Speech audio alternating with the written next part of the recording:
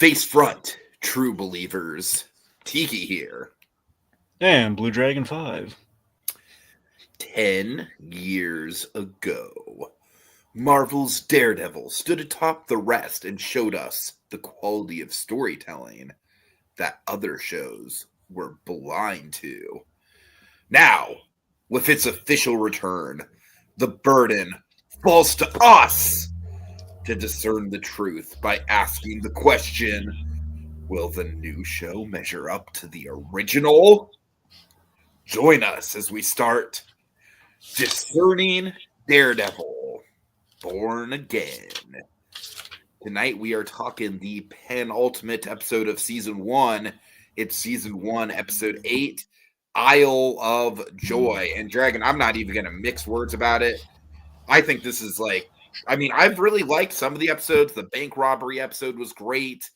I think this is far and away the best episode of the season. I think this is truly the first episode that we've gotten where it really feels like we're 100% back. You know, this really feels like exactly like that kind of like quality storytelling that we're talking about in the intro. Like, I don't know, man. I really felt like I although I haven't considered most episodes to be a bust by and large, I have had my issues with the season, but I think this episode, specifically with a certain character that I've been a little bit critical of, I think this episode kind of like irons out a lot of the hangups I've been having with the season, and just delivers like a really, really wild ride with a killer cliffhanger going into the finale. So, yeah, I'm all on board for this one, Dragon. Yeah. So I thought this was a fantastic episode. I thought it was in tone and very much the kind of the vibe that episode 1 was illustrating to us, and basically kind of laying out that this is what we want to do with season 1. Whether we'll be able to fully make the season like this is basically like episode 1's tone without all the wonky editing. Yeah. Oh yeah. Yeah, we're bringing back. You'll notice back fixtures like Josie, like Poindexter. They're kind of coming back into the fray. Foggy's coming back into focus. It's all coming together, baby. You'll notice it's interesting that remember, series the episodes you really like do not at all have the BB report in them.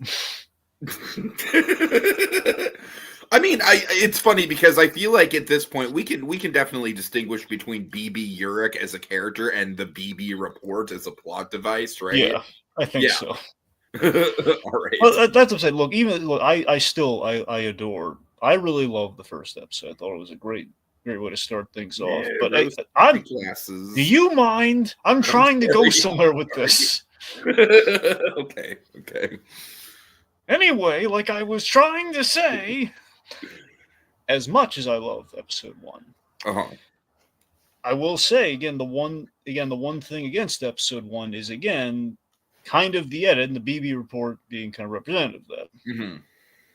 So that's what I'm saying. So this does not have that at all. So this is kind of like I can forgive that with episode 1 because that's just admitting, okay, look, yes, we have that, but still everything else in the episode I feel was really strong because that gets us again a lot of the Matt and Fisk parallels, and we're setting things up, and we obviously have our big Frank Miller reopening, which I really love. So we do a lot of things right in 1. This basically feels like that without having to worry, because again, this one, 7 and 8, sorry, not 7 and 8, 8 and 9, 8 and 9 are very much purely unadulterated, like, okay, this is them, at least presumably as far as we can see, because these are completely newly shot episodes that don't have to recycle any footage, at least as far as we can tell. So this is like completely without anything held back or having to be kind of like sifted or squeezed in.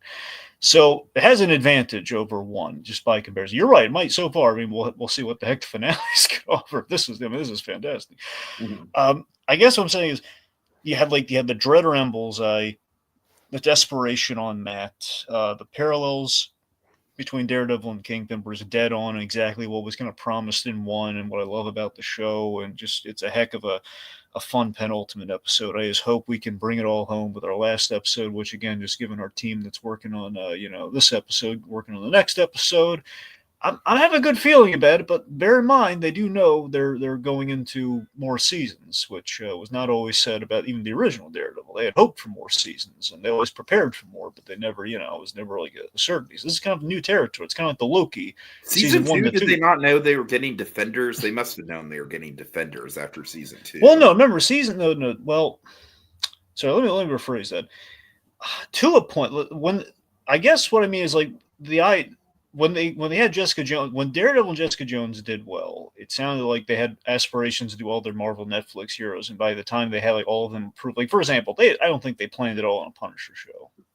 Right. I can. Now, totally mind you, some of this is I gotta admit, some of this is probably speculated. It's been a while since I've gone back to what exactly the grand plan was for that. I want to say the plan was they did announce they were going to try, the 4 heroes, and they were going to like start in those order. Mm-hmm. But Daredevil getting a season 2, for example, like not necessarily a guarantee. Just because it performs so well, it's like okay, absolutely, we're going to give these all these shows getting second seasons. Defenders was most likely following the Avengers, kind of like.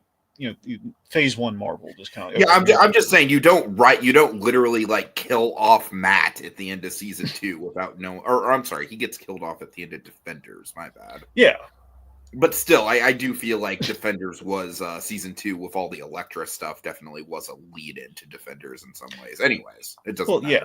Sure.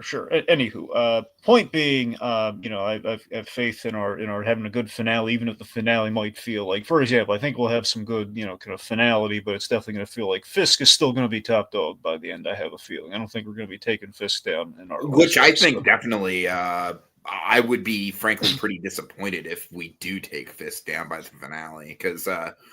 I did like the wrap up of the Muse plot line, and I think it's interesting that this season has kind of had like a bunch of mini arcs. Like I feel like, obviously we had the White Tiger stuff, and then we had a couple episodes of just like Matt building up to getting back in the costume. We had the Muse arc, and now we're kind of getting the finale arc. So I do think it's not as like as obvious that they're doing it as they were in like Andor with the breaking the stuff up into arcs thing, but I do like that we're doing it. I think it kind of it makes the individual episodes stand out a lot more for me. Yeah. Regardless, again, I was head over heels. I had like that, like that tingle up my spine that I had watching the Netflix there. I was like, oh, I'm home again. This feels so nice. Yeah. Okay. All right, let's go ahead and start breaking stuff down. Let's get to the arcs. Tiki. Oh, I'm sorry. I'm terribly sorry. Let's get to the plot first. Jumping the gun here. Yeah. Okay. Plot. So Kingpin and Vanessa, they get past the affair very memorably. They're in a good place. Adam, not so much. They're in a good place. Well, Matt and Heather's relationship deteriorates, and Matt is basically extremely disenchanted with his practice and the legal profession right now. Bullseye gets moved to the Gen Pop by Kingpin, and he wants to talk with Matt Murdock. Kingpin and Vanessa throw a black and white ball. Matt attends to get answers, suspecting Kingpin orchestrated Foggy's death in episode 1, thanks to a helpful cameo from Josie. And Bullseye ends up escaping prison, tries to kill Fisk, but Matt takes the bullet, and that's the episode. All right, that was a very good summary. I just want to point out when you said Kingpin and Vanessa throw a black and white ball, my mind instantly went to those two just like childishly playing catch. Okay, you know what's funny? You mentioned that. What? Okay, so two things. Okay, one, you mentioned that there is a bit of like there's a very childlike sense of wonder on the Kingpin, like fawning over Vanessa in certain parts. Oh, totally. There's a lot of even like the way they kind of. I could just see like if we were to do like the Little Rascals parody of Daredevil, like young Kingpin and young Vanessa meet over like a very artistic, like very nice looking black and white baseball, and they play catch with it, and it's adorable. Yeah. The black and white baseball is basically their equivalent to Rabbit in a Snowstorm as kids. Well, you mentioned Raven Snowstorm.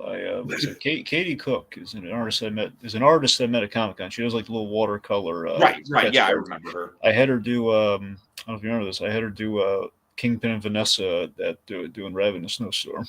I do remember that. Yeah. Which is adorable. Right. Anyway, it was basically them as like cutesy little chibi versions of themselves. It was like really cute. You know, the fucked up thing is that we'll get into it with arcs, but I feel like the Atom scene is like the closest we get to like cutesy chibi Kingpin and Vanessa this episode. Yeah. This season, really. Oh yeah.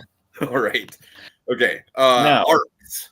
Let's so Matt, honestly, Dragon, here's my read on what Matt's going through. And I definitely think there's more to it than just me laying this out, specifically like his disenfranchisement with the legal system definitely isn't really involving this. But I think with Matt, what we're doing is we're kind of doing like a little bit of a, like, now that he's put back on the Daredevil costume, it's obvious he's not thrilled with it and he doesn't like it. And I kind of get the sense that they're almost playing it like he's like a recovered drug addict who is now relapsed. And that's kind of like how we've always played it. I mean, even like Defenders, he was a guy kind of, really just committing to sobriety in a sense, very strongly. And obviously, it ultimately led to his, in quotes, demise when he fell off. What's funny is that with Heather, I never bought them as a couple. I still really don't, as far as like their actual chemistry goes. But I do buy their tension. Like, I don't know what that says about Charlie Cox and the actresses, as far as like on-screen chemistry goes. But like, I think that, it's very palatable that what Matt's doing, like, we understand Matt's headspace, but at the same time, like, we totally get why Heather would just be like, what is this guy doing? This guy is like, on a fucking death spiral as far as the mental health department goes. So here, overall, I guess we'll get more into Heather a bit, but let's just say overall, I really like, and I was hoping this would grab me, and it seems like it has, is that we basically owned up to the fact that, in the comics, Heather Glenn, again, as I've mentioned before, from what I understand, very kind of one-dimensional, and she's only intended to be like the temporary girlfriend that breaks up with Matt. That's traditionally what her role is, and I like that we've kind of taken ownership of that here, where we make a fine point of why this relationship would not work. And we made it really plot integral in terms of like the tension, again, just we're demonstrating a point of Matt's character, and brings me back to what I'm getting at now with this arc, is that the truth. So here's the thing. So right off the bat, in parallel to Fisk, his relationship is falling apart, where his is like on the upswing. Which I still think is. I love the old. It's kind of the Bates Motel happiness seesaw we talk. Yeah, about, absolutely. Where it's like one's happy, one's sad. It's the only way the seesaw works. Dude, more people need to fucking talk about Bates Motel. Seriously, I feel like that show has gone like woefully underrepresented. Okay, real quick, because we don't want to veer off topic here. Of course.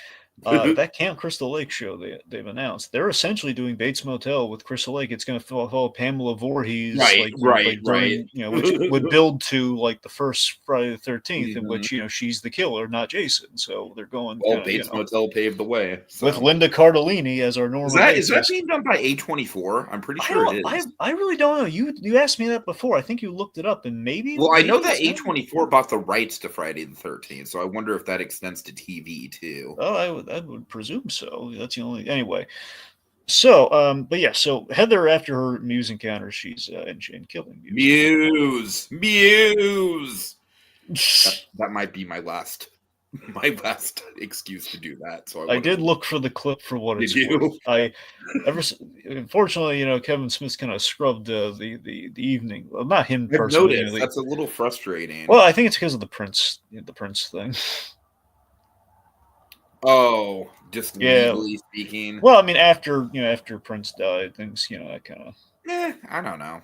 Look, don't ask me. All I know is that's when it disappeared. So I'm just putting two and two. So is it essentially lost media at this point? I mean, obviously. No. I mean, some people have uploaded. You can buy the DVD rather easily, so it's not lost media. It's just All right. It's not as easily available.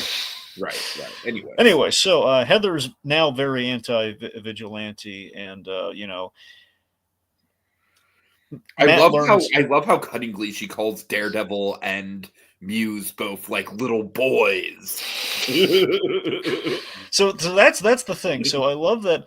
So Matt learns that she's treating Fisk, which makes him paranoid of Fisk maybe out to ruin his life again, and that he's orchestrated this, that he sought her out because that he knew they were together. Which I'm on the opinion right now that it's purely cool. It's like fate, It's like Fisk didn't know this just to screw with him.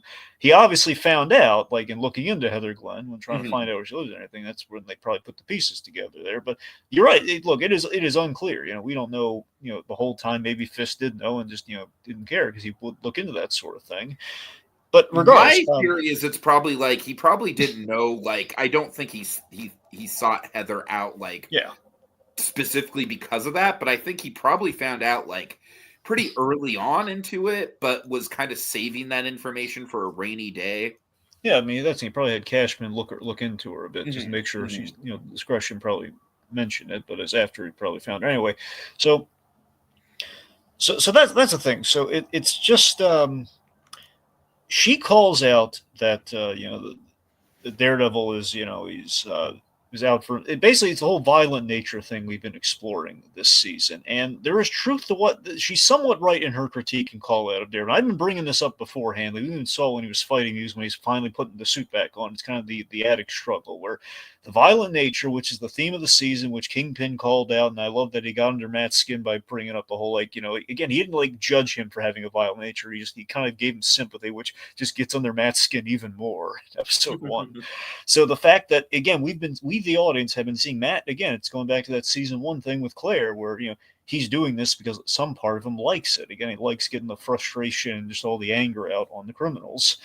And again, we've seen the dangers. Like it kind of it drained Angela Del Toro some extra blood she probably didn't need to lose. Right, sure. It's again like I think Heather. I think he was there to stop Muse, obviously. So I don't think Heather's but she is right that he was very much getting into it with Muse, impaling him with the Billy Club, which was awesome. To reel him back in, not kill him, but still, there's a risk there. Matt might go over the edge like he did on the rooftop with Bullseye. That is the big, that's the big question. Will the violent nature take hold, and will the addiction completely swallow him up? And she's calling him on that. And again, he doesn't realize it yet. On some level, she knows, because I was kind of wondering that throughout the episode. I mean, I don't necessarily think she knows. I don't even really think she suspects it, but I do think on some level it's like subconsciously floating around in her mind. I like that it's a mix of she's smart. She's too smart to not realize, okay, he's clearly, we got to the point in this episode when we get to the ball that there's no way she could go on after this evening of not getting answers or breaking it off of him. She's at the absolute breaking point, which makes sense. And on the flip side,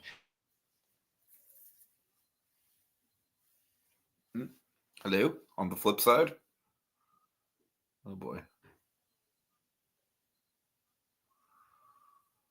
Dragon.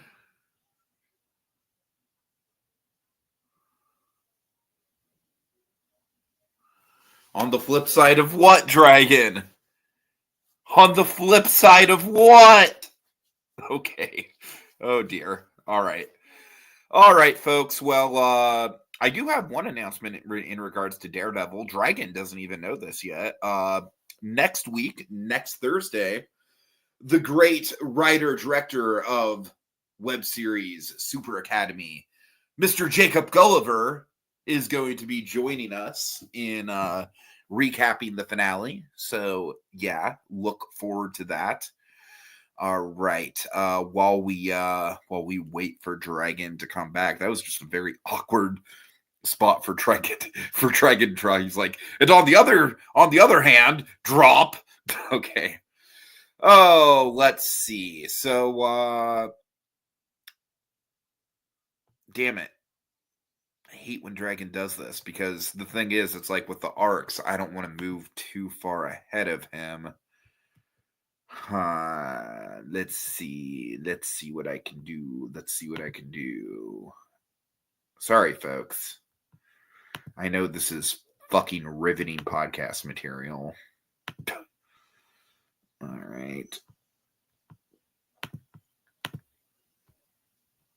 Okay, what do we have for arcs? We have Matt, Fisk, Bullseye, Heather, Daniel, BB. Oh boy. Okay. Yeah, I don't want to jump ahead to any of this because I know that Dragon's got shit to say on it. There he is. Okay, good. You there? Yep. I'm here. The other side of what? Yes, on the flip side. on the flip side, Matt, again, he's kind of being so blinded by his feelings about Fisk and just kind of the addiction of being a vigilante again. He's gotten sloppy. Again, he's not hiding it well at all. He's very much like a drug addict. Yeah, so his paranoia about Fisk is just gotten to the point where he's giving her. You know what moment really clenched it for me as far as like, man, he is really being sloppy is when he goes up to her at the ball and he just kind of like makes that sloppy joke of like, well, you're not the only woman wearing Chanel No. 5 here, and then he just kind of like sloppily laughs to himself. I'm like, oh, Matt, you're not fooling anyone. Well, it's not even that. It's the fact that again, he's it's not what he says. It's how he says it. Honestly, it's like he says it with such a tone of bullshit. So Matt's got a lot. Here's the thing. So Matt obviously has a lot on his mind because he's blinded by his feelings on Fisk here, and finding out that Fisk is he's been. Heather very likely is treating Fisk, which is not even a question. Like, what would be adorable? I'm sorry to cut you off, but this thought just went through my head. What if Heather and Matt had a fight this episode, and she was like, "You're being blinded by Fisk," and then there's just like an awkward pause that goes by, and they both just start laughing. That blind. No, but seriously, Matt. Anyways, that would be good. I'm sorry.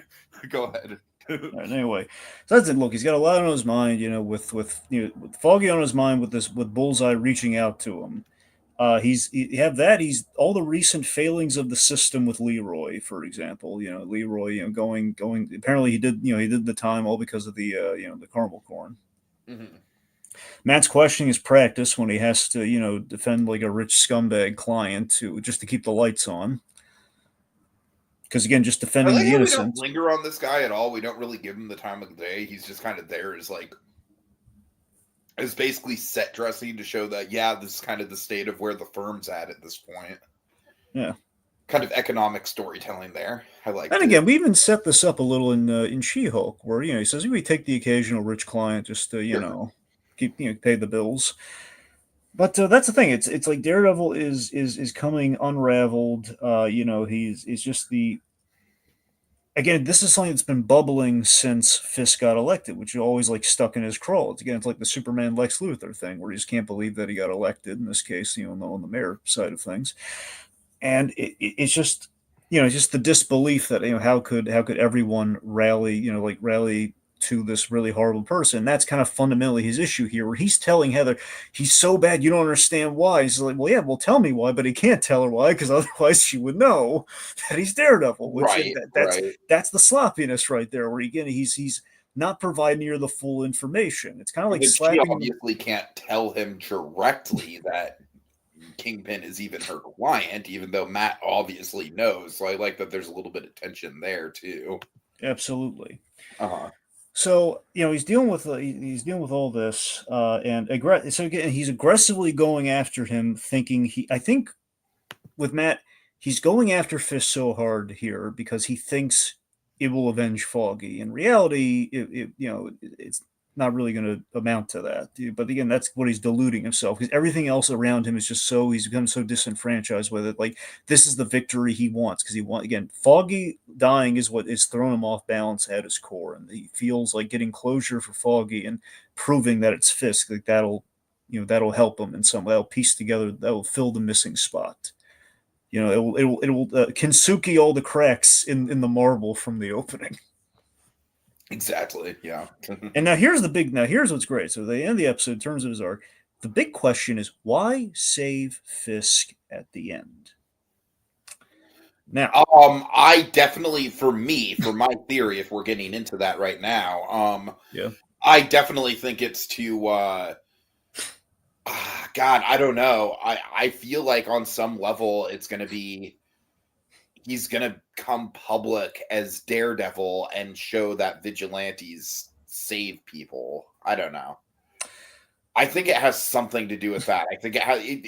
I don't necessarily know if the Daredevil side of things is going to come into equation, but I think it's definitely going to come down to like he's trying to sway the public perception one way or another with that move. I'll tell you what I think it is. That's not a bad. I think your read is something else. I think your read I is don't know. basically Like I said, I don't necessarily think it's he's going to out himself as Daredevil, but I think on some level it's he's trying to sway the public perception in some way. Well, here's the thing. I mean, I think I think primarily he needs Fisk to and Vanessa to get answers. So I think primarily he wants to see him more punished. It's like he's like the last cling of hope to the system that I need him alive so I can show the world the monster that he is. He wants to expose him, and that's definitely part of it. Well, that's like he definitely doesn't want Kingpin to be a martyr, which he very much would be in that situation. Yeah, so he's avoiding Fisk looking like what happened with the Trump assassination. Am I right?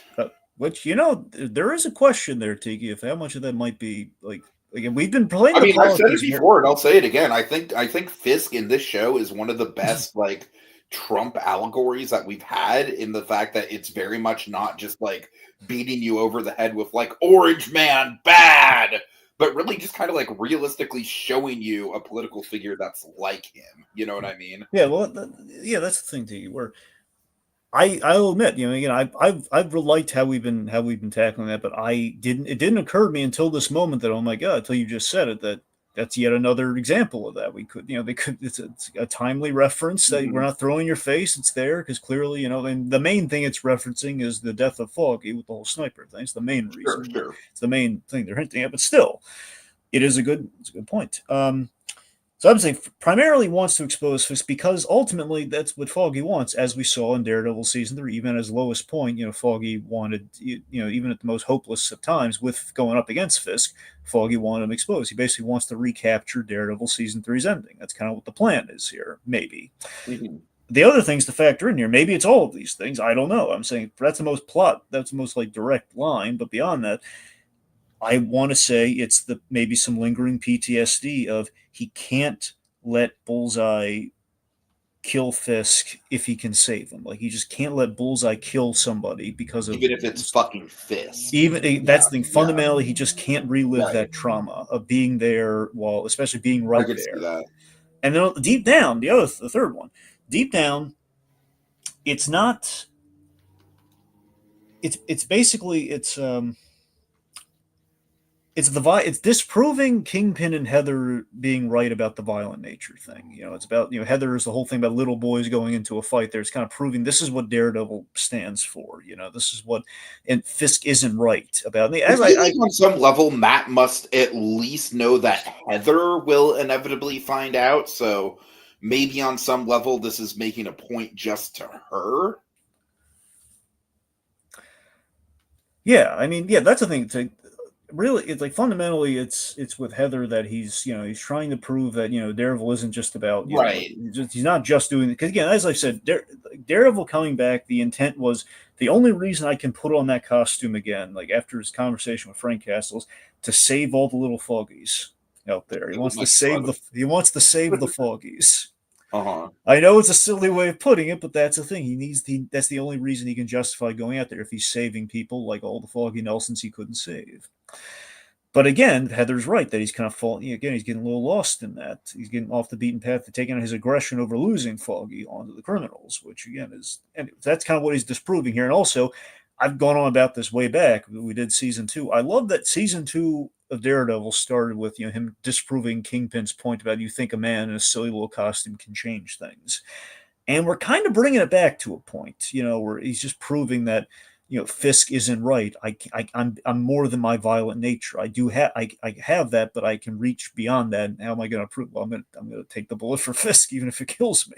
Right, for sure. And it kind of takes the bullet that he desperately wanted to take for Foggy that night. So that's the other kind of level to take to that moment, where again he's like taking the shot he desperately would have taken, a year ago. Yeah, I mean, just by all accounts, a very multi-layered character beat for sure. Oh yeah. Okay. Fisk. All right. So Fisk and Vanessa have a little date.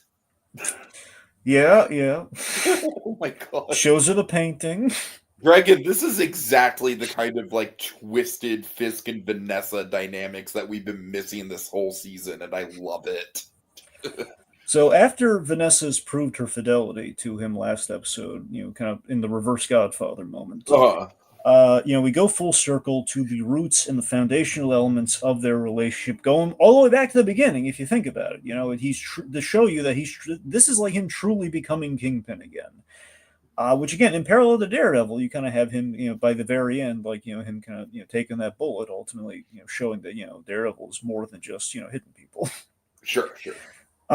So he's truly Kingpin again in that he's fully and uncompromisingly honest with Vanessa and also the paintings there. So they're admiring they're admiring the painting, but again, it's the painting now covered in blood, which is kind of the symbolism of this act here, where he owns up to again, like unlike again in parallel to Daredevil, Matt is not owning up to his violent nature. He's in complete denial of it right now. But Kingpin knows that his violent nature is like a directly kind of like one of the things that won him Vanessa in the first place. Yeah, and he proves his dedication to her by showing her, look, I love this too, because I kind of called this the whole season that he has it to his advantage. Like, I didn't kill him, Right.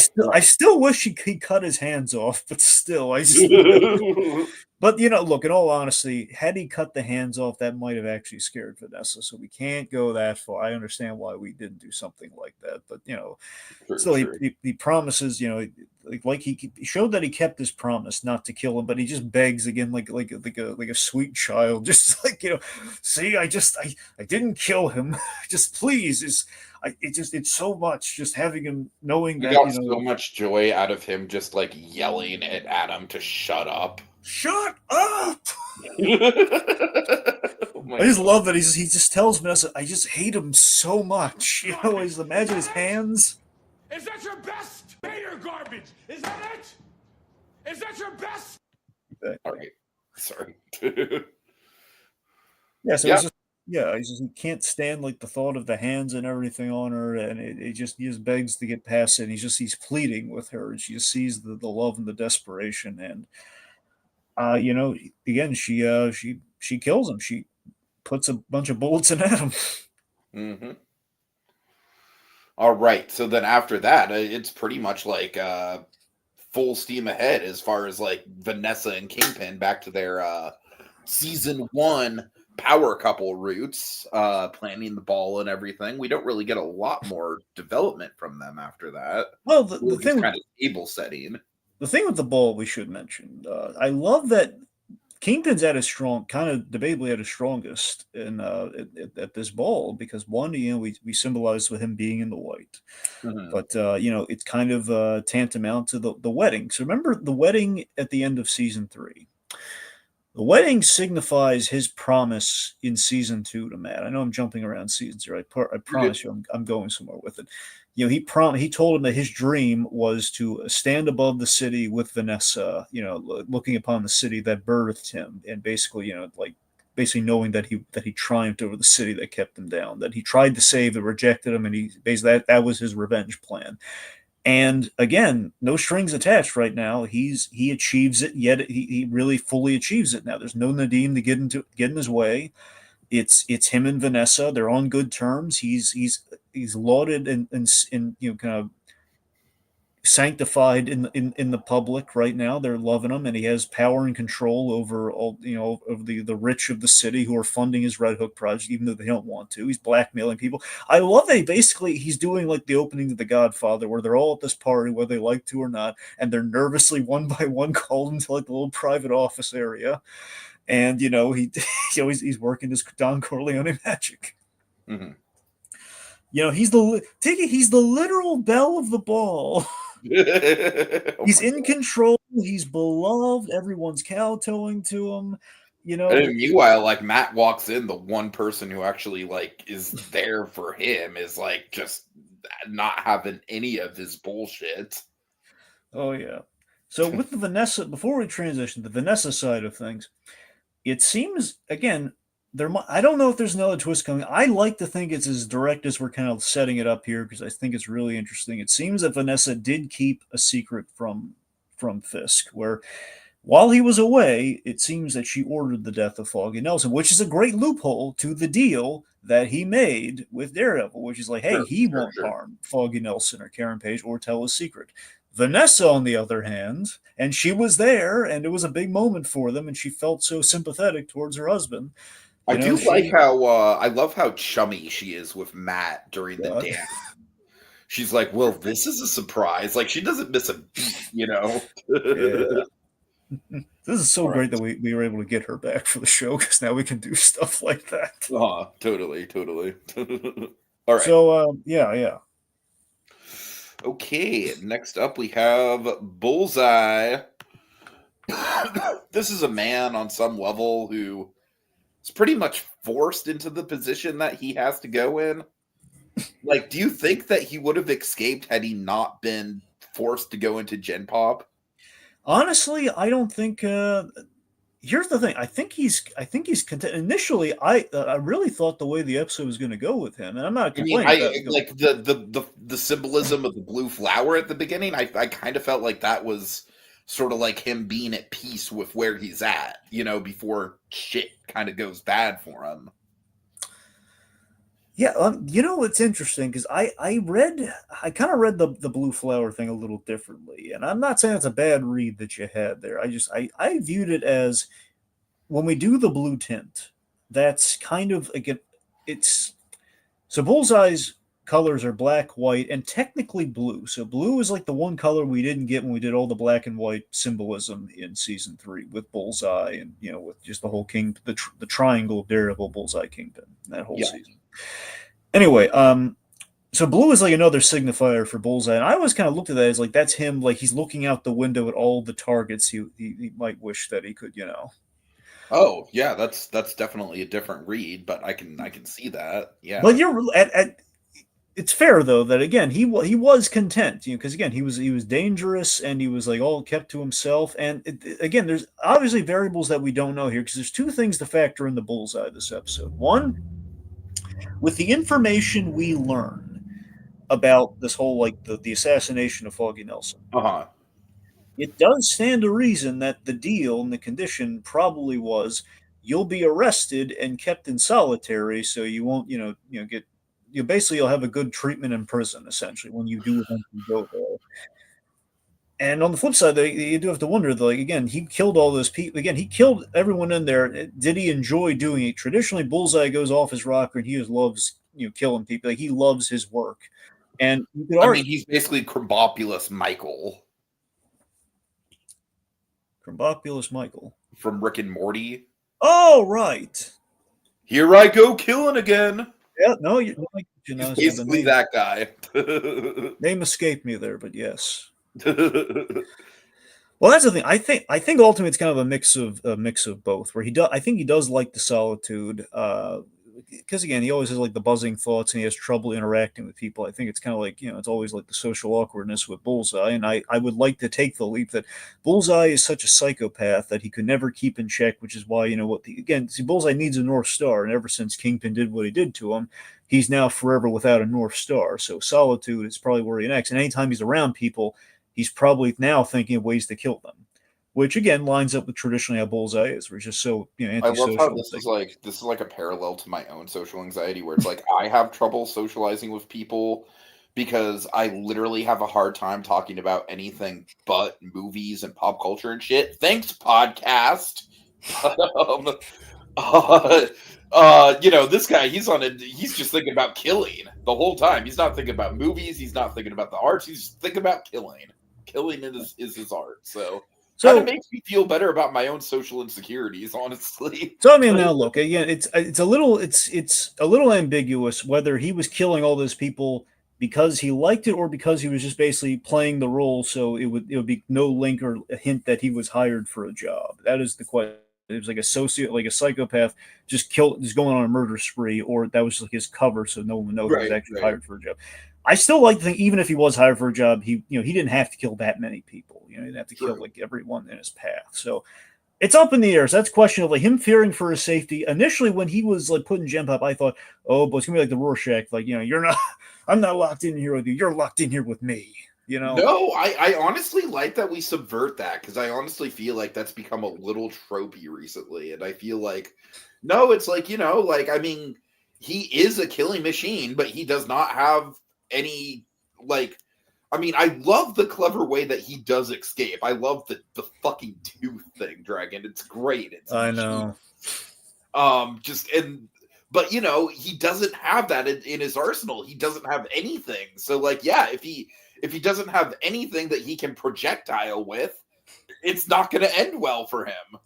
And we saw it. If you look at the fight scenes between him and Daredevil in season 3, even the first time they fight each other, again, from a distance, Daredevil doesn't have a prayer. Up close, Daredevil could take him out very easily. Exactly. Yeah. So it's a very fair point. He's I mean, that's the thing too. Again, if you look at, there are a lot of parallels between Kingpin being in jail to Bullseye being in jail, as we kind of glimpse here in this episode, and it does show that Kingpin thrived. He thrived. He networked. He met people. Dex doesn't have those skills, because he'll try. Basically, even if he's able to kill like a few people, he's outnumbered like 80-1. He's going to run out of things to throw, like you said. Exactly. Yeah. Anyway, so point being, again, debatably, he sees the world as target practice, but regardless, Gen Pop presents a problem. This refuels his grudge to Fisk.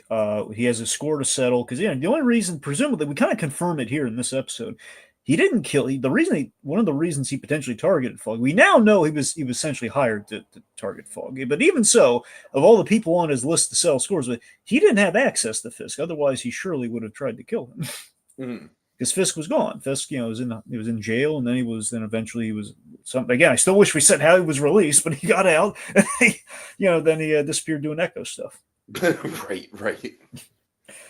So here's the real question. Okay, does he want Matt Murdock's help actually, or is this part of his escape plan? I don't know. That's a good question. I like to think it's improvised. I like to think he did take a stab at trying to get. He does have something that Matt wants. He wants information about Fisk and all that, and he would be able to bargain with him with that. And I think he knew that. I think he was smart enough to know he did have a bargaining chip to get Matt to reluctantly defend him. Then again, I'd like to think that was his plan, and he had a plan B. That, well, if he says no, I can maybe give him a punch me. And I'll be able to use, I'll use that as the means of escape.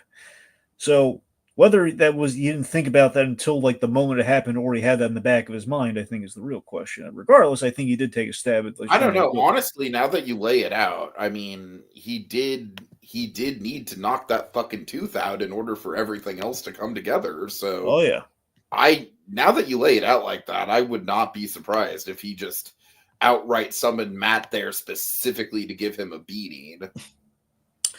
Yeah, which again is really clever on his part. Oh yeah, again, more on the specifics of that later, but yeah. So again, I love that it's ultimately the big takeaway of Bullseye in this episode, where we go with him after he escapes and everything. By the way, I'd like to think to a lot of parallels to season 2. I'd like to think that much like how when Matt punched Fisk in his prison visit with him, and basically that was Fisk finding out that he was there. At least that was when the suspicion started for him that Matt Murdock was Daredevil, because he recognized that punch. Right. I'd like to think something similar might happen. Like, he doesn't call him that because he knows he's Daredevil. It is ambiguous though, but I don't think he knows. And I think in that moment he's putting it together that he's probably Daredevil. So we'll see how that goes. Regardless, it's a fun twist on things by the end of this episode, where, much like the finale of Daredevil Season 3, Daredevil used Bullseye as his Trojan horse to get in and to get Fisk. He set him off the chain and it went chaotic. Here, it's kind of the reverse, where Bullseye's using Daredevil to his advantage, ultimately. Yeah, definitely. Cool. Okay. Okay, and let's see. Lastly, is this the last one? No, not last. We have Heather, and then we have... Oh, right. I forgot about Heather. But, Heather is the most. If I were to give the award for most improved, it would definitely be her. I've always liked the stuff with her and Fisk. I've never liked the stuff with her and Matt. And like I said, I still question, like, I don't know, Dragon. Do you think the whole point of her and Matt was that we never were supposed to really buy them as a viable couple? Like, maybe they moved in too fast. I don't know. I still think the moving in too fast thing is a byproduct of some of the editing. I think we probably shaved Well, there off. was a lot of passage of time, and plus she wasn't technically moved in; she just visited often. They did establish it, but not. Yeah, not I'm really. just going off of the whole line of like, I can't imagine you not here. Yeah, but that's like taking that out of context. The full line was something along the lines of like, you hear so often. It's like Right, but so I really do like how I think she's really kind of at the heart of the conflict, especially going into the finale. And but what do you think? Do you think that the writer specifically, because obviously I never found her entirely like useless as a character, because she always had the stuff going on with the Fisks that I did always really like, but like I said, as I kept harping on, as a romantic partner for Matt, I was kind of just like, this is not doing anything for me. Do you think the writers kind of intentionally did that, knowing that this was going to be like a doomed relationship and that Matt was essentially going to tank it as soon as he became Daredevil? Because I'm kind of starting to get the feeling of that. Well, I mean, Tiki, here's the thing. I think our showrunners absolutely intended that. Now, whether again Heather, I don't know if it sounds like Heather might have been from the original version, so that's why I question like how the full time. Because when it first started out, my big thing against her was basically like, oh, okay, this is supposed to be our new Karen, and I don't buy her as our new Karen. Let me put it to you this way, Tiki. I haven't listened to any interviews on this episode yet, so I mean, I doubt they would even say this, but who knows? I mean, they've been pretty open. The new showrunners have been very open about what was in the original, what wasn't, and all that. It wouldn't surprise me if Heather Glenn was like, okay, we just need to pull a person from the comics, and basically we're gonna, we will make her the new Karen because we do not have a Karen. And then our original showrunners come in like, okay, well, no, we're actually going to have Karen, and we're going to do what we did, what Heather essentially is in the comics, but with whatever you guys have already kind of laid out with her. So she's a therapist, which you guys have kind of added to her, and then we're going to show that it's a failed relationship, as Matt Murdock has many of them in the comics, one of which being with Heather Glenn. So we will use that. We'll make it very plot. We'll make it have something to do with the plot, though. Sure. So I think it was a really smart move just to show, historically failed relationship with Matt Murdock. That's pretty much all Heather Glenn really was in the comics. But again, we've made you we've had her hold on for a lot longer, so at least you feel the relationship, and more so, again, you feel sympathy towards her because Matt is absolutely using her in this episode. Matt's not doing anything really nice with her here, where he's using her as a Trojan horse to get in there ultimately. No, like I said, that whole line about like, oh, you're not the only woman wearing Chanel number 5. Like that was like, honestly, intentionally so, one of the most off-putting Matt moments I think throughout all 4 seasons. Well, you keep bringing that one up. The one I have is right after that, where I'm listening to me already, where he's absolutely not listening to her. He's listening to what's going on with Fisk in the other rooms. There's no way for him to even like bullshit his way out of that one.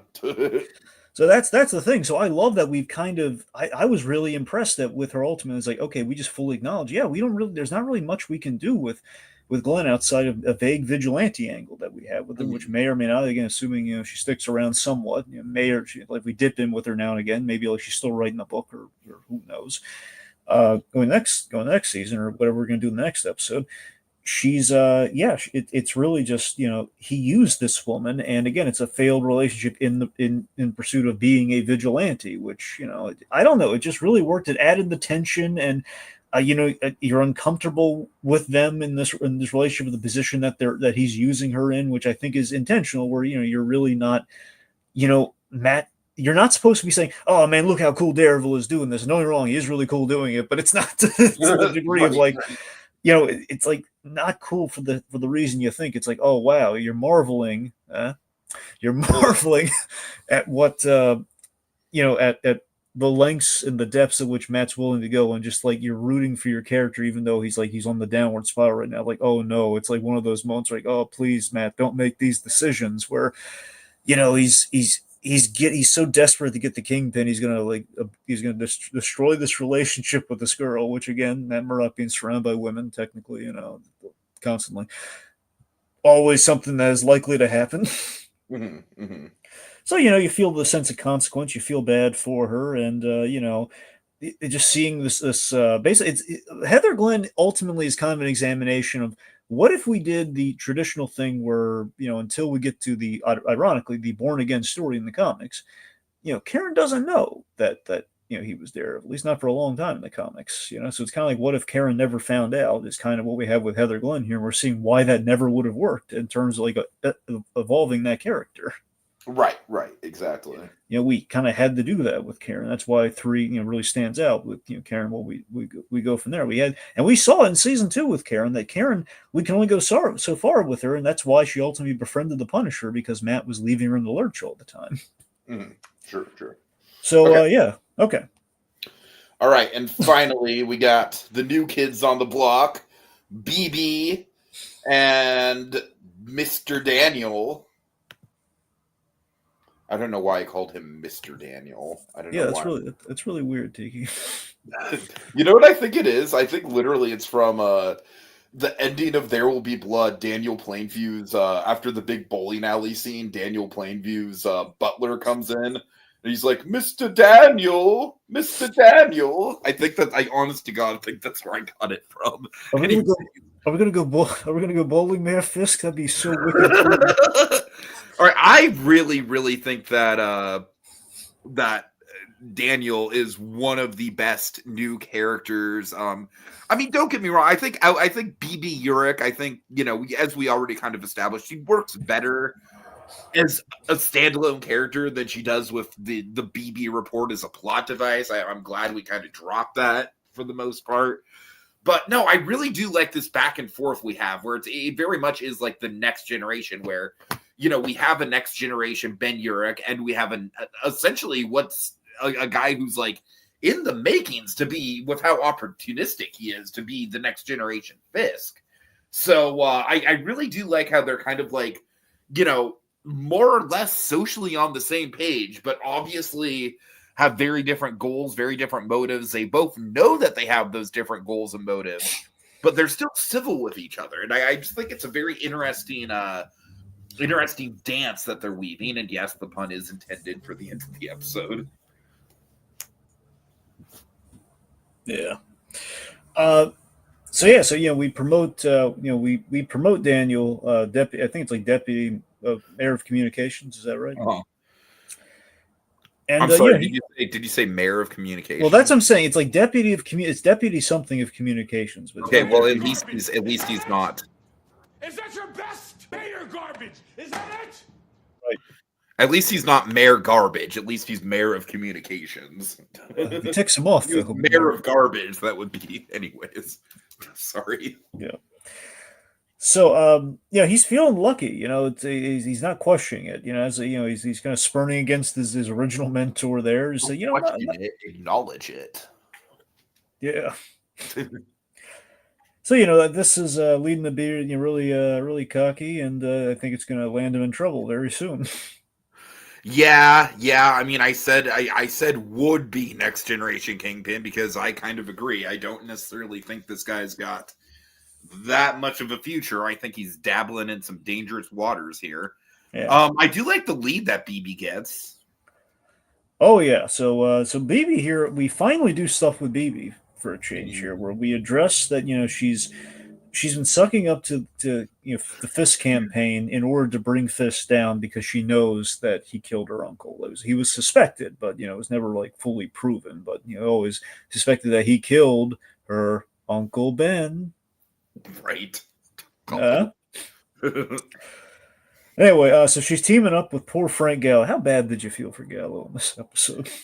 I mean, I like him. I definitely think he's, very much kind of like the embodiment of the everyman. Yeah, but like just Hal's so much of a. I keep harping on Hal's such a scumbag. Sure, Just sure. that poor Yeah. paparazzo, the poor like investigative press guy. He gets his hand boiled in the oil. It's like, oh man, and poor Gallows. He's so impotent in that scene. Yeah, he's trying, but it's just not working out. So yeah, he's teaming up Very with much BB. Gordon Light in that moment, I think. Well, yeah, absolutely, yeah. Mhm. Kind of Gordon without the teeth, but yeah. Right, exactly. Yeah. So yeah, it's Gordon without the hope. Like, if Gallo isn't working with Daredevil at all, had he been working with the Batman. Mhm. So yeah, he's It's like, he's what if that episode where Barbara was killed off actually happened? It'd be that Gordon, just Gordon who's just kind of given up. yeah. Oh, absolutely. Hmm. So he's they're going out to the task force together. Essentially, she's it's fairly interesting. It seems like BB is kind of it's. Remember the scene with Karen and Wesley way back in season 1 where she killed Wesley. Sure, of course. Wesley offered her, basically said like, no, you're going to basically you're going to join the team and you're going to like tell everyone how great Wilson Fisk is, and then those are her options. Like, you're gonna go back on everything you say. You're basically going to work for us, or else we're going to kill everyone and then you. And Daniel presented her again. Daniel, his aspirations, in a sense, less desperately than Bullseye, mind you, in season 3, because Dex wanted to be the new James Wesley, and he failed miserably at that ultimately. Daniel, I think he's the upstart. He's aiming to be Wesley. To a degree. Now, I know he's not. No, I totally see what you're saying. Where he's like, I feel like he's very satisfied with his place with having a place at the table. He just wants to be the hype man. He wants to need to be the head honcho, but he absolutely wants to be close to the head honcho. Yeah, that's the thing. He just wants to be the hype man. He doesn't want to be, he doesn't want to be doing the dirty work like Cashman. Sure. But that's the thing. 'Cause, like he's like Cashman's. We always have a de facto Wesley ever since we killed Wesley. We had we had Felix Manning very memorably in season 3, and then we had now we have Buck Cashman. Mm-hmm. Anyway, so he's basically he like Wesley. He offers BB the choice. Like I think it was like an episode or so ago. I think it was the last episode. He offered her the choice, basically saying, we're very gingerly saying, like, we'll ruin your life if you don't, play along. Yeah. So ultimately, it's like, what if Karen said yes, but worked against them from the inside? That's kind of what BB is doing right now, which I think is really interesting. So we've actually given her something to do. It's just kind of a shame it came this late in the game to really do that with her. Mm-hmm. It was very surface level until this point. I kept thinking, oh man, if we don't show that she actually cares about her uncle and is like questioning the Fisk thing, it's going to look really bad on her part. Yeah. But we have, so yay. All right. Okay, and it's time to get to our blinding moment of awesome. Matt Murdock. I'm blind, Matt Murdock. I'm blind. All right. All right. Okay, so my blinding moment, we already kind of went over it, but just to kind of put it into perspective why I like it so much is that, Dragon, I really love how little of a shit that Matt gives in this episode and how he's just kind of at the end of his rope. So, like, I really, really like feisty Matt. I love Matt just straight up telling Poindexter to fuck off, to fuck you, like I don't know. There's something just inherently just very satisfying about that because Matt Murdock is usually like, so straight laced and proper. It's like it's really cool to see him like and oh God, refresh my memory. Does he? Bullseye does know that Matt is Daredevil, right? Well, Tiki, earlier, like I was saying, I mean, I think right. It's kind of ambiguous. Yeah. It's ambiguous. Honestly, I don't think he knows, but I think much like how Kingpin figured out when he slams his head against the table, I think he suspects that he's again, it's like the whole like recognizing the punch thing with Kingpin. I think he's recognizing like the ferocity and all that. Like, I think after that moment, that's what he's kind of putting the pieces. Yeah, but you're right though. I mean, there's a chance he could know. But I don't know. I don't have a ton to say about this scene, but I just I just love the sense of desperation that Matt has in regards to again, Dragon. I keep going back to the whole the the recovering drug addict who is now taken a backslide. Like, if anything, like meeting Bullseye like this is essentially like going back to the drug dealer for the high, you know? Like, also, I feel like we should probably just pay a little bit of lip service to just getting Josie. It was beautiful to see her again. I really did love her. Oh yeah. It's nice, the whole line about like how she serves an ocean of Irish people. You think I don't know what I serve my own kind? That was good. I like Cherry's little moment where Josie's like, "Did you notice that he didn't use his cane?" And Cherry's like, "No, I didn't notice that." See again the sloppiness right there on that. Yeah, right. But I don't know. I just like I said, there's something very cathartic to seeing Matt just like outright. Oh, and the other reason why this is on my blindy moments, Dragon, I love Matt being like, oh, boo-hoo, what do you want me to do? Do you want me to write you an appeal? Poor baby. No, I think he's like, oh, sweetheart. Right. Like, just I don't know. Like, again, I love the way that Charlie Cox plays Matt Murdock. You want me to file an appeal? Where Matt Murdock is he's so straight-laced, so by the book, so buttoned up. But he hates this guy. This guy killed his best friend. Until he's dealing with someone that he hates. Then it's just like, no, then it's like gloves off. And I love that. It's not just hate. Bullseye ruined his life. He hates Bullseye even more than Fisk, possibly. I think so at this point. Yeah. I mean, at least he can sit down and have a cup of coffee with Fisk. Oh, God. So yeah, I don't know. I really like it mostly just because of how unhinged Matt gets. I love that performance from Charlie Cox. Yep, I just love the whole he just started slamming his head against the table. Right, crazy bastard. Which again, you do buy from that guy though. He's that totally. Which I gotta be honest, I've always hyped this up with Bullseye. Now, mind you, I love that we kind of went somewhat in the direction. We didn't go full tilt with it. I always told you the Jason Aaron run of the Punisher. Jason Aaron did like this Punisher Max series, and Bullseye's in it, and is the most demented take on Bullseye. That was like my barometer of like, this is as crazy and dark as we could ever take Bullseye. I wonder if the show will get close to it. And they incorporate elements. They didn't go full tilt with it though, but like that Bullseye, he absolutely was slammed his head against the table just to do without any prompting. So okay. And your moment. Okay, my moment. It's a bit of an all-encompassing moment. It's a big one. It's a big one for sure. I mean, so my blinding moment is the tense couples dance at the black and white ball. Mm-hmm. So this sequence to me is the Daredevil show firing on all cylinders. Yeah, absolutely agree. That was the moment for me where I was like, oh, this is exactly what we love so much about the Netflix show, just like personified. It's like literally everything, almost a checklist of all the things I love about the show, just kind of in a sequence. Sure. It's like, we built up again. Always we build up when Matt and Fisk are physically in a room together. It's been since episode 1. They had issued their warnings to each other. They haven't really seen each other since. And I love this whole episode is built upon Matt. The editing's been really good in this episode too. How the opening of the episode we edited between the two relationship dramas that were going on, and here it's like Matt is in there and he's infiltrating, and we see these almost like, does Fisk see him in the room yet kind of moments, and they finally meet each other's gaze, and then spotlight on Fisk, dancing time. It's just and it's really, the whole thing is like, really it's a dance between them more. It's a dance between Matt and Fisk more than it is their loved ones, which I think is really funny too, by the way. It's just like, I love Vanessa in the scene where she does not miss a beat. She's just like, oh, nice to see you, like, yep. This is a surprise. So just in the guise of their civilian roles, knowing full well both of them at this point in the show are fully back to being again. He's literally in the white suit. He's been putting on the red suit.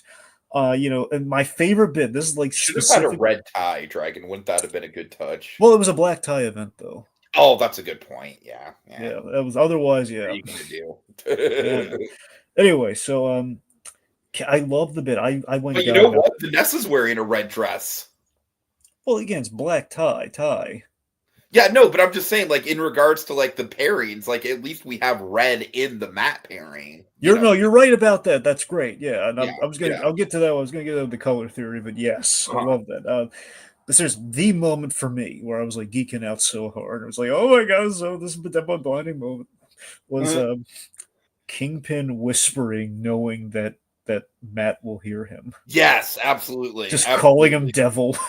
What's wrong? I love when he calls him devil. Yeah. It's just This is the first time that we've seen them interact since episode 1 too. So it's it's been a good build up. Yep, and the whole I told you there would be consequences. Like that's just him whispering that to him, and also I love the fact that Matt he cuts in on Vanessa. It's such a great. It's just like of all the things he can do. Heather is she's like kind of oblivious to the whole situation. Exactly, she's going along with it. So then of course we're also building up to Kingpin about to reveal Matt's identity to Heather. It's like there's so many different moving parts to this scene. I just love everything about it. Just the reveal that Kingpin didn't lie about not having anything to do with Foggy, but Vanessa was behind it. And there's questions that Fisk. It sounds like Fisk doesn't know it because Vanessa, he said, no, not here, because he knows that he's going to hear whatever she says. So I love Matt cutting in on them, and then just the tension mounts as he's about to out him, and he's trying to get a confession out of Vanessa. And again, the way I read the scene is that, again, being able to read the heartbeats, when Vanessa says no, he says you're lying. I think that's him, it's a confirmation that she did do this, or she's lying about, not knowing about, the assassination on Foggy. Sure. So just the... Then basically we have a literal explosion of the color theory I'm always gung ho. Oh god, and that might be the absolute best shot of the season so far. It honestly, I would be surprised if anything in the finale tops that shot, just from like a composition, visual, color level. It's beautiful. It's like a fucking it's like a painting. Well, that's the thing, Tiki. They literally brought to life Rabbit in a Snowstorm, from season 3, though. The bloodied ones. That's literally Fisk wearing the painting, and that painting too is spattered with blood. Only this time it's Matt's. So again, he saves Fisk by taking the bullet, and I love this detail, by the way. Look, Kingpin pretty much instantly drops him, which is just really funny. Just get off me. He took a bullet from Kingpin. Again, there's a question if he's going to owe him a debt or not. He's probably not. He just drops him. Okay. All right. And the last thing we need to do before we get out of here is take a ticket and have a seat on the old Braille Trail. Follow the bumps along the way. Yes. All right, so honestly, most of my Braille Trail stuff just had to do with speculating on why Matt did what he did. So I kind of got out most of what I had. Well, we got to talk. We're going to start with the one you wanted to talk about. You got to talk about your boy. Well, our boy, but your boy specifically. My boy? Yeah. Who's my boy? The one with the sword, Tiki. Oh, right. Of course. Yeah, he was a runner-up for my blinding moment. Yeah, tell him about it. Yeah, no, I mean, that's great. Of course, we have Tony Dalton reprising his role from Hawkeye.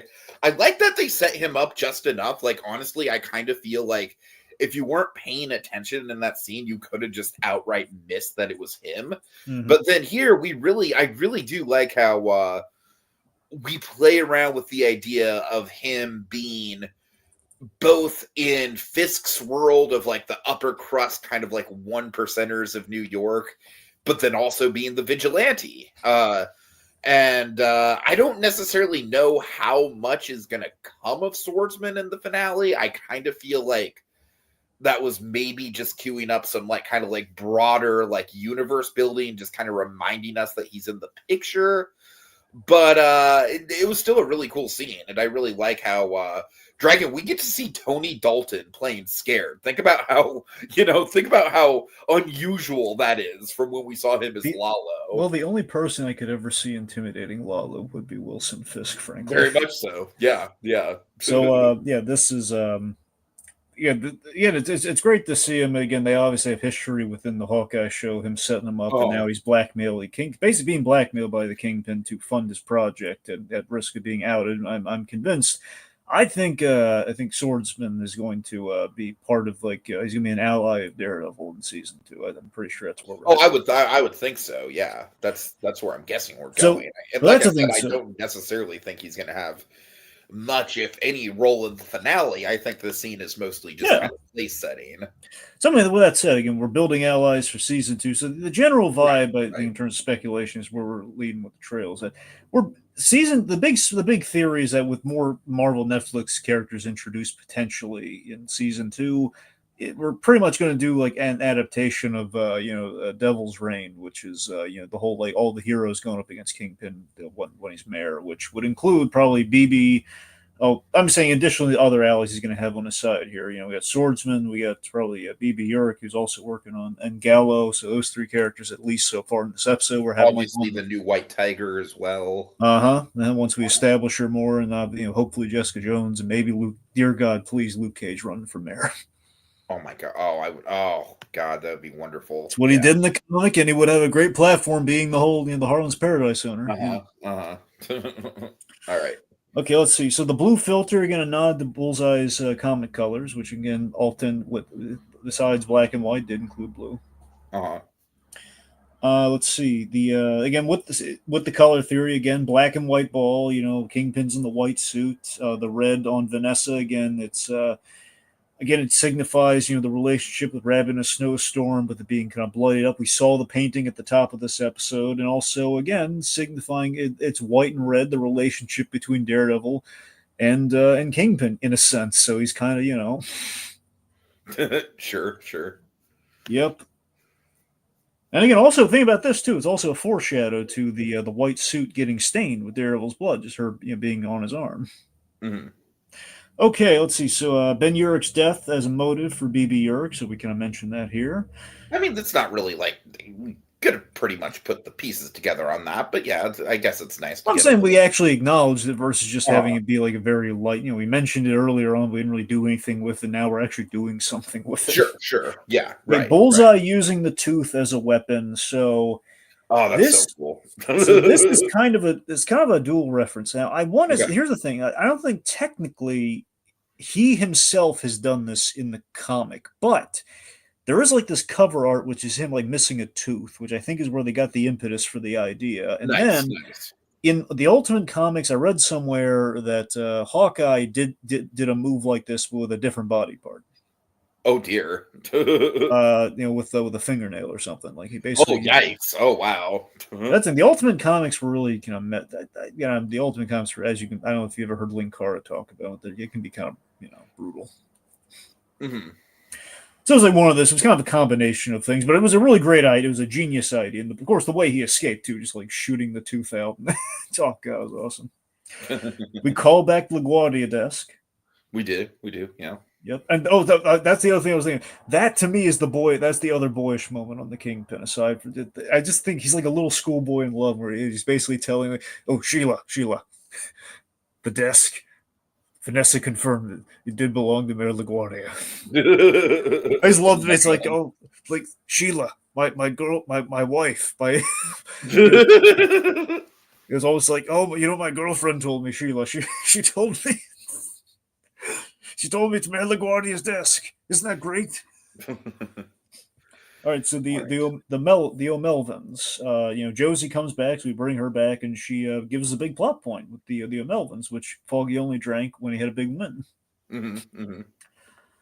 I like how we actually put the characterization of Foggy into how we solve that. I feel like it's very satisfying. Oh yeah. Matt gets shot just like Foggy did, but we inverted the shot. So instead of like a ground level, we reverse it, so he's on the ceiling. Sure. Again, the all red with the the color theory. Let's see, we parallels to the Punisher and the 7 Minutes in Heaven episode from season 2, where think about it. One of the you have to wonder why now of all times do we move Bullseye into Gen Pop? Theory, much like when he made his deal with Frank Castle, he tried getting Frank Castle killed after he got his revenge on the blacksmith after he got the name out of the blacksmith after he got the name out of Dutton, which was the blacksmith. Kingpin set him up to get killed, and then obviously he didn't die. Mm-hmm. But it's a little like, okay, now I finally had the means and the influence. I can get Bullseye moved the Gen Pop, so or I guess Vanessa more accurately. Vanessa got him moved the Gen Pop, so he can get killed. So there's no link to her crime. Yeah. That makes sense to me. That's pretty much the pieces I put together on it. Yeah, because otherwise Kingpin would have been like, I'm going to do Matt a favor. I'm going to kill Bullseye. Right, exactly. Yeah. Otherwise, why isn't Matt happy as a clam about this? You would think. Uh-huh. All right, let's see. I think we're. Oh, okay. This one's big. Okay. There's a really great line that Bullseye has in this episode. He says, "Good men defend their worst enemies," which is a foreshadow and payoff for when Matt takes the bullet for Fisk. Yep, sure. I just want to mention this because that's one of my other favorite parts of the dance scene. I love using the Manhattan song. We'll take Manhattan. When they're dancing, I don't know. It's really good because Kingpin has taken Manhattan. It was just a really good song choice. Yeah, it makes sense. Just wanted to shout that out. Okay, and that will about do it. We will be back next week.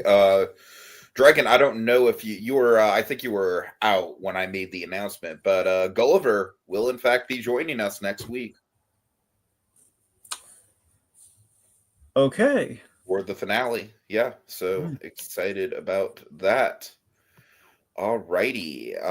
Thank y'all for watching. Sorry, Dragon, I have to navigate my way back to the outro here. Full disclosure. Okay, I searched Discerning Daredevil and I got a bunch of notifications about your video is live, your video is live, your video is live. Okay, well, Jesus Christ, that's a very simple outro. Okay. That's all for now until the next daring installment of Discerning Daredevil. Born Again. Let's play catch, Vanessa. Not you, Bullseye.